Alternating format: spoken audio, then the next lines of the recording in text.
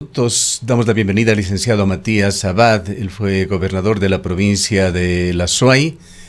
Actualmente continúa colaborando con el gobierno de Guillermo Lasso a través de la Subsecretaría Técnica de Prevención y Reducción de la Desnutrición Crónica Infantil. Es difícil a veces hacer dicotomías, pero le invitamos a Matías con su amplia experiencia académica, que entendemos no lo ha dejado también, a tratar de hacer un análisis de lo que ha sucedido políticamente en el Azuay, sin perjuicio de que hablemos también, y en la parte final, sobre lo que se está haciendo en cuanto a desnutrición crónica infantil en este gobierno.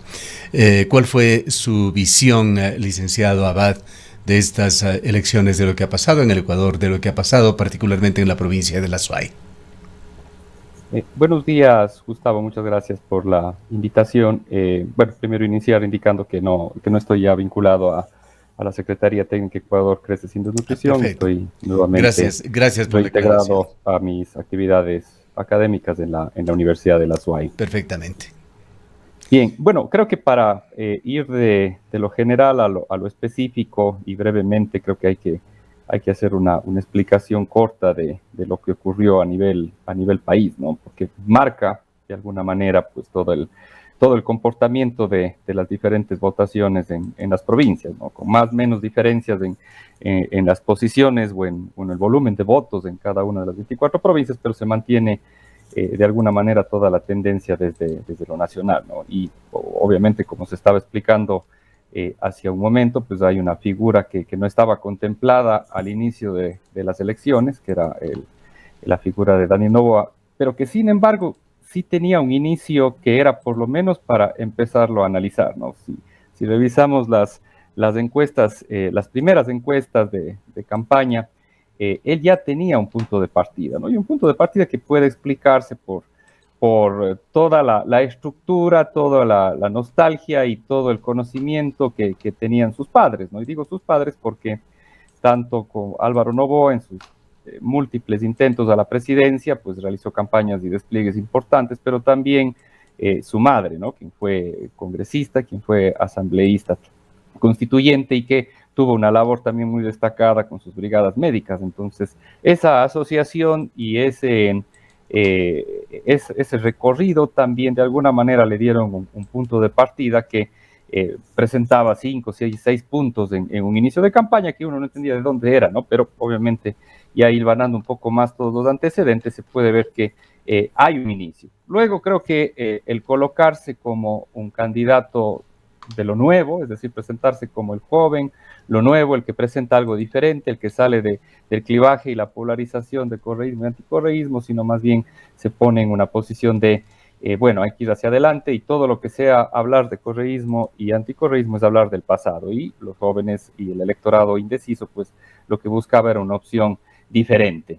También otro elemento es una muy buena campaña, con los mensajes correctos, creo que en los tiempos específicos, adecuados, y también hay que reconocer también con un presupuesto y con un equipo significativo, ¿no? Hablaba ayer el candidato en una de sus entrevistas pasadas que más o menos tenía un presupuesto inicial de $2 millones, entonces no es para nada descartable que también hay un esfuerzo que tiene que acompañar cualquier campaña, así mismo ¿Qué se ha es. Y por sabido supuesto, quizás sobre el el elemento final para estratega? cerrar, el debate, un debate potente y un post-debate que se construyó a través de todas las líneas de este debate, y creo que básicamente, sumado quizás a unos 2 elementos adicionales, estas 4 cosas son las que finalmente nos llevan a que tengamos a un candidato presidencial, entre comillas, desconocido, a la segunda vuelta ¿Qué se ha electoral. sabido, Matías, sobre la estratega o estrategas de campaña de Noboa, que sin duda fue la sorpresa de estas elecciones? Perdón, ¿me puedes repetir la pregunta, por favor? ¿Qué se conoce sobre quienes dirigieron estratégicamente esta candidatura? ¿Hay un estratega identificado? Bueno, de lo que indicó el día de ayer el candidato es que su secretario de comunicación tentativamente iba a ser Iván Carmiñani. Entiendo que él sería parte del equipo de campaña. Generalmente en este tipo de campañas presidenciales se suelen contratar estrategas de otros países, ¿no? Gente que se dedica a esto, ¿no? A ir a asesorar a aspirantes a presidencias de la República. No hay mayor información, o desconozco si hay mayor información sobre, sobre quién sería la consultora, pero también hay que reconocer que si revisamos el perfil académico de Daniel Noboa, él también tiene una maestría en gobernanza, en comunicación política, es decir, más allá de que puede hacer una sorpresa, no es un improvisado si revisamos toda su trayectoria, su participación en la asamblea y toda la actividad también que tuvo acompañando las campañas a su papá, ¿no? Pero finalmente no deja de ser una figura que no estaba contemplada o no estaba dentro de los primeros análisis, al menos de campaña.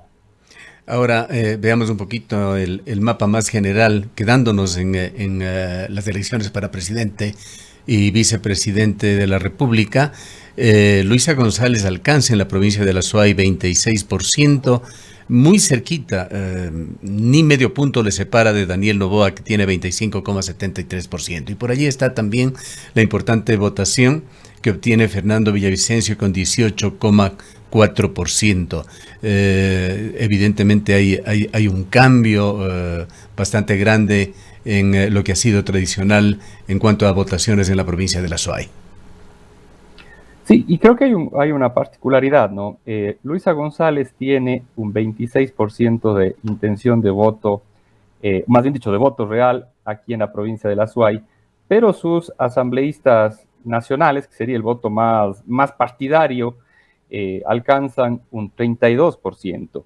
Es decir, casi un 7% más de votación tienen sus asambleístas nacionales que ella como figura, ¿no? Entonces eso quiere decir que hay una base electoral más alta del correísmo, hay un voto militante más alto que de la propia candidata, cuando generalmente a veces sabe ser lo contrario, ¿no? Más bien el partido le da un punto inicial de votación y más bien el candidato con sus cualidades, con su discurso, con su actividad de campaña, más bien logra captar una votación adicional y por eso se ganan elecciones.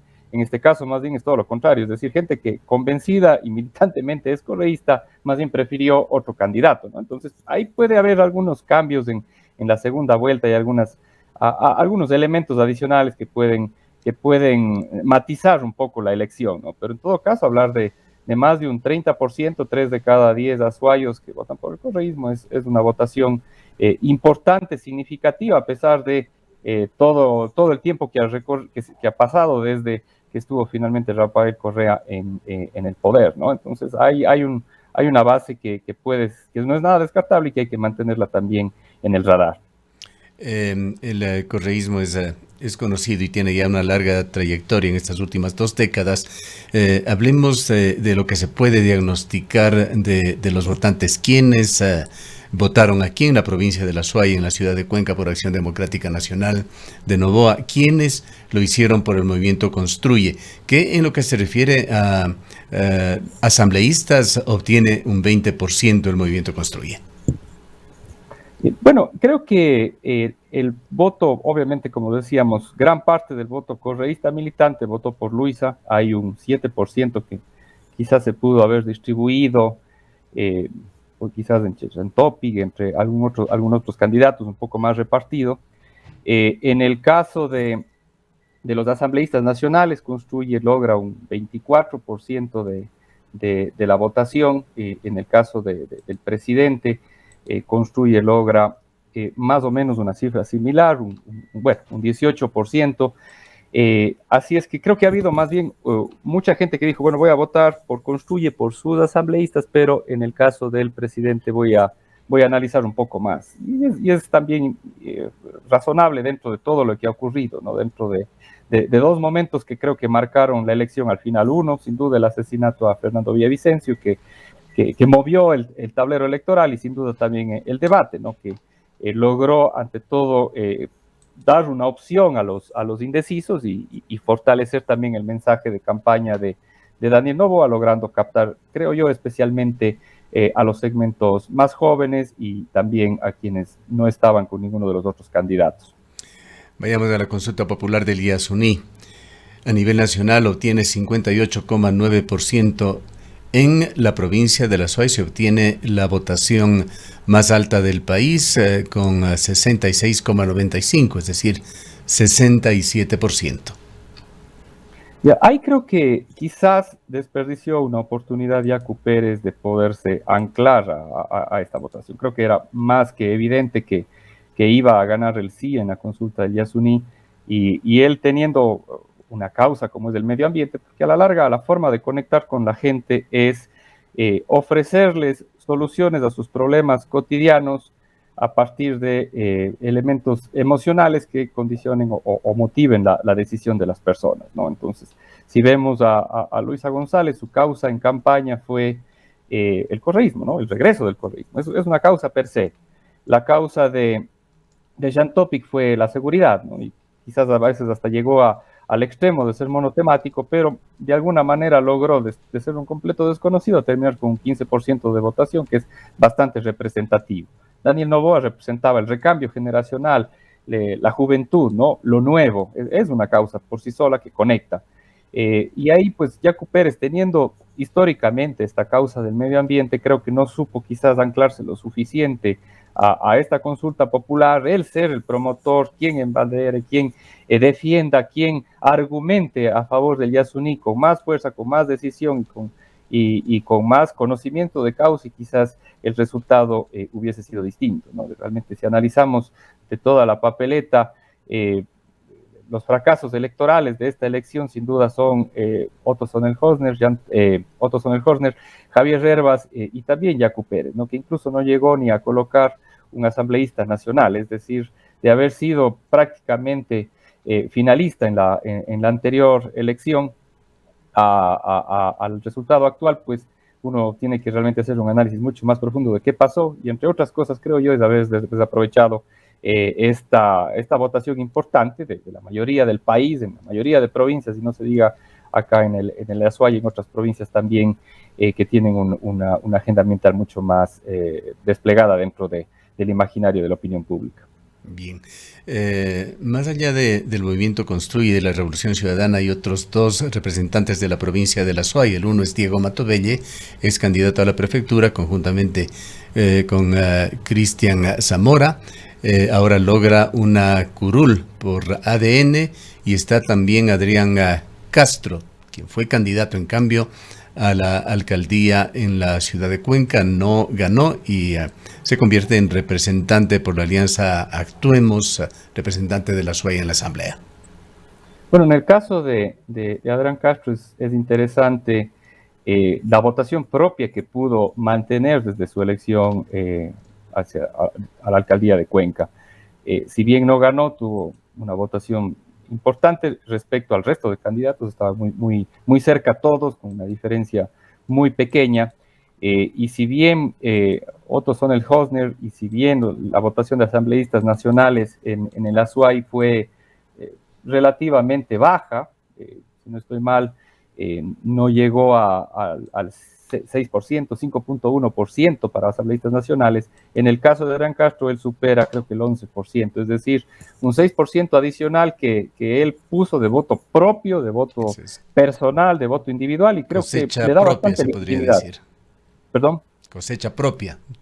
Claro, le da bastante legitimidad en el sentido de que, bueno, siempre son elecciones de arrastre. De hecho, en el caso de Diego Matovelle, creo que no tiene esa cualidad de tener una votación propia que le sume, sino más bien es un arrastre de toda la votación presidencial de Daniel Noboa.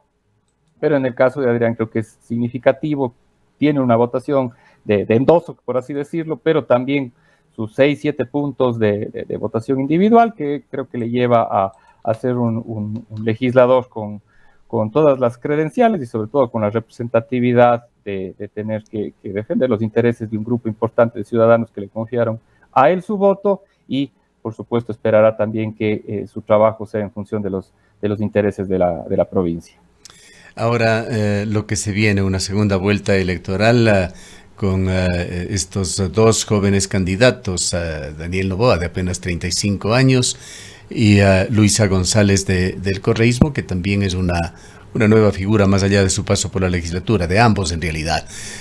Varios analistas, entre ellos Mario Hunda, con quien acabamos de conversar, Santiago Basabe, con quien lo hicimos hace poco, y en forma coincidente la gran mayoría de politólogos del país hablan sobre la dificultad de el movimiento Revolución Ciudadana de crecer significativamente sobre ese voto duro que está demostrado, ronda el 33%.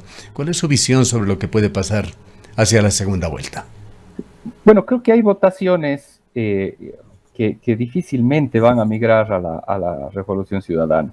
Por ejemplo, el 16% de Villavicencio, por lo menos creo que el 90% de ese 16% irá a la candidatura de Daniel Noboa, porque representan como causa, como hablábamos hace un momento, como causa propia el anticorreísmo, ¿no? Entonces sería completamente ilógico que ese porcentaje migre a Luisa González. Creo que la votación también de Otto también es una votación que no se puede endosar, como se hablaba hace un momento, pero que migrará mayoritariamente también a Daniel Noboa. Si es que tuviéramos un 100% de ambas votaciones que migraran sumado al 24% que tiene Noboa, ya está en 47%, ¿no? Está en 47%, es decir, faltaría solo un 3% o un 3 más 1 voto por ciento para poder estar ya en el sillón de Carondelet. Y eso quizás puede también ser el resultado de captar una parte de ese 15% de la votación de Jan Topic, que no es descabellado. En realidad, Jan Topic, entiendo que ayer en la noche, en uno de los programas de entrevistas, indicó que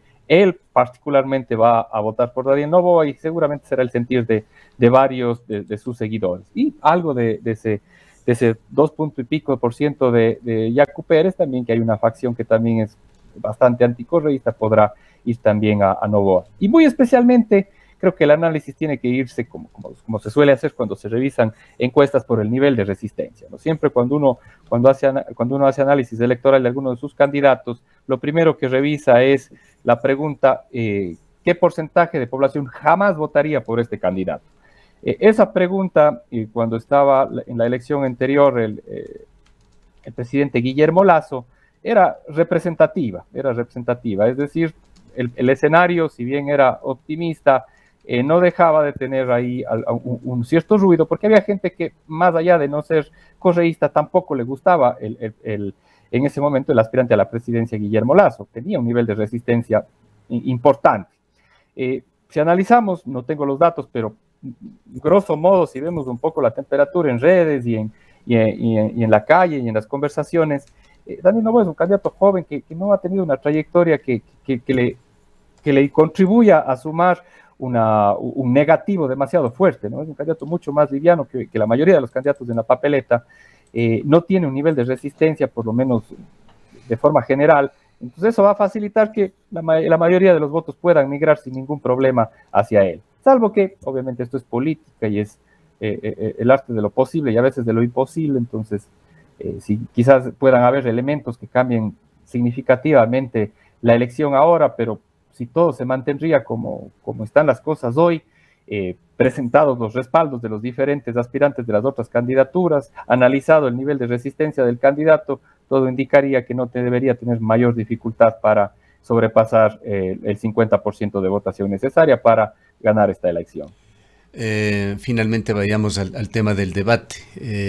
Siempre se ha dicho que los debates no cambian resultados. En esta ocasión aparentemente contribuyó mucho el debate, más allá de que fue calificado en forma casi unánime por analistas como un debate superficial, que no permitió profundizar absolutamente en programas, planes de ninguno de los candidatos. ¿Qué importancia tendrá este debate de segunda vuelta, que al ser un debate bipersonal no se duda que tendrá más profundidad? ¿Podrá ser nuevamente gravitante el debate? De hecho, Luisa González no le servirá ya el estribillo de ya lo hicimos, tendrá que desarrollar sus propias ideas. Bueno, al debate finalmente a lo que se va es a cometer el menor número de errores y a colocar mensajes y posicionamientos, ¿no? Entrar en las discusiones demasiado técnicas, quizás no todos estamos con el conocimiento de todos los temas que tienen que abordarse, ¿no? Con que la gente salga con un sabor interesante respecto a alguno de los candidatos, alcanza. Y creo que eso es lo que pasó, ¿no?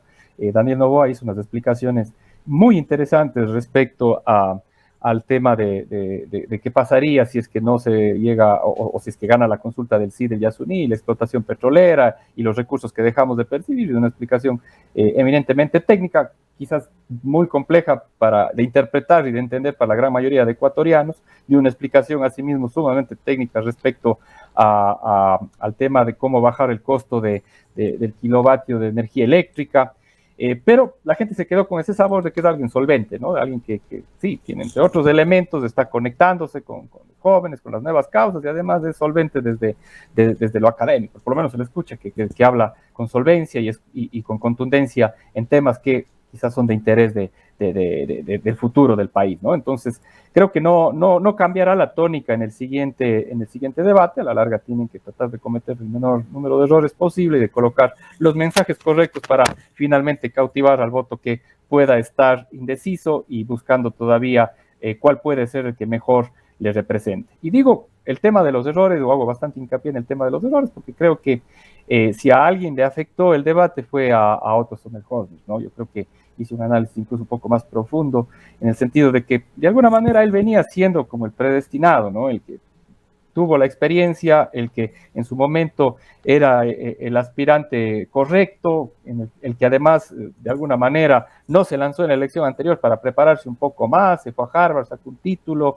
empezó bien, pero no conectó, ¿no? Esa es la importancia de conectar, ¿no? No conectó emocionalmente con el elector y en el debate, en vez de crear una causa, en vez de compartir su propósito con el electorado, en vez de cautivar al elector, finalmente lo que hizo fue caer en el juego de los otros candidatos y empezar a responderles preguntas, y muy específicamente de seguirse él asociando, respondiendo las preguntas de los candidatos, en el sentido de que estuvo en el gobierno anterior, pero que no renunció, sino que finalmente no le hicieron sentir cómodo y que por eso se fue, porque ya no podía seguir apoyando, y perdió tiempo en dar una explicación que lo único que hace es generar un elemento negativo, ¿no? Si se hubiera enfocado en colocar sus mensajes, como lo vi a Daniel Noboa hacer eso, ¿no? Le preguntaban ambos candidatos, tanto Topi como Otto, bueno, ¿qué opinas de mi plan de seguridad? ¿Lo vas a apoyar? Y él decía otra cosa distinta, ¿no? A la larga, en este tipo de espacios no se contestan preguntas, sino se colocan mensajes. Bien, muchísimas gracias por habernos acompañado, Matías. Muchas gracias por la invitación. Cordial salud. Han escuchado al licenciado Matías Abad, ex gobernador de la provincia de El Azuay, ya retirado de su colaboración con el gobierno, profesor de la Universidad de El Azuay. Son las 8:37. Invertir